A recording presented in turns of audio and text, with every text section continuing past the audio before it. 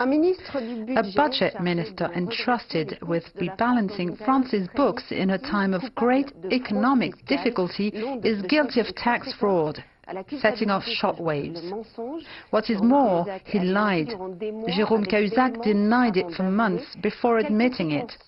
We'll look into the consequences with our interview guest after this recap of the main points.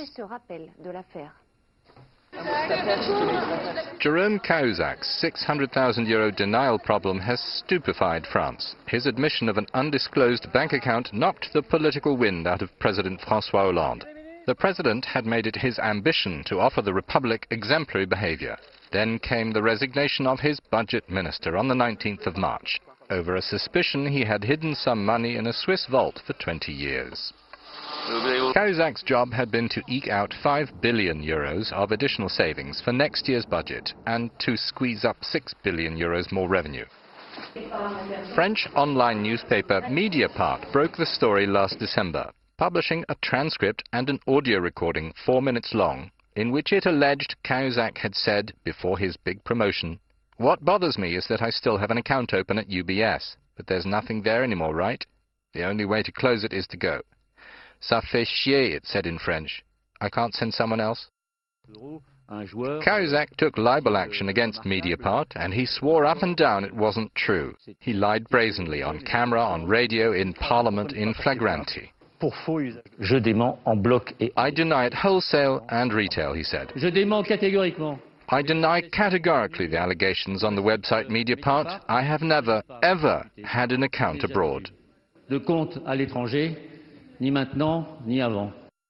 But police analysis of the voice in the recording stacked the case against him. And when Cahuzac was placed under investigation, the budget minister's fall was only a matter of time. He finally owned up.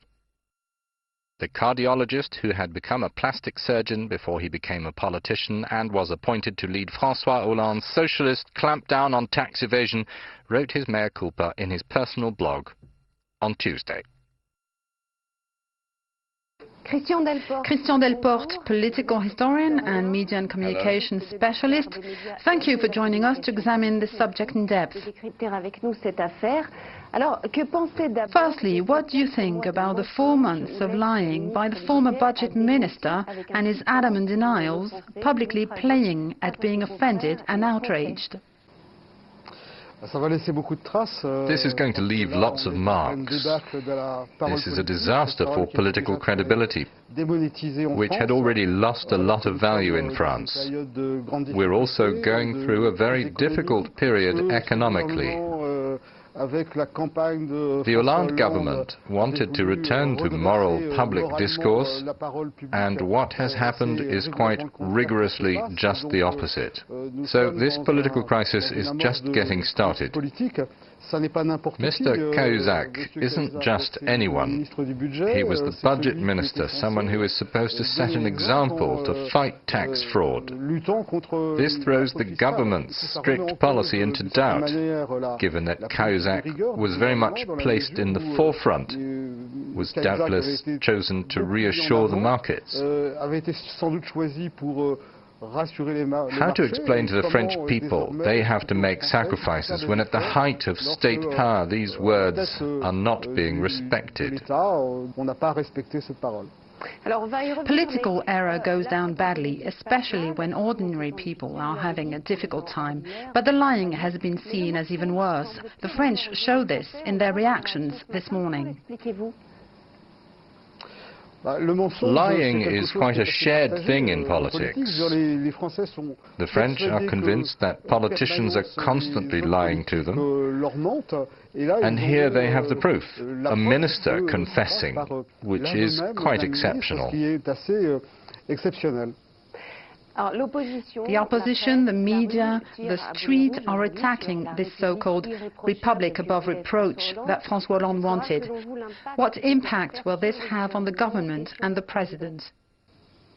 It comes at the worst time. What can the government do?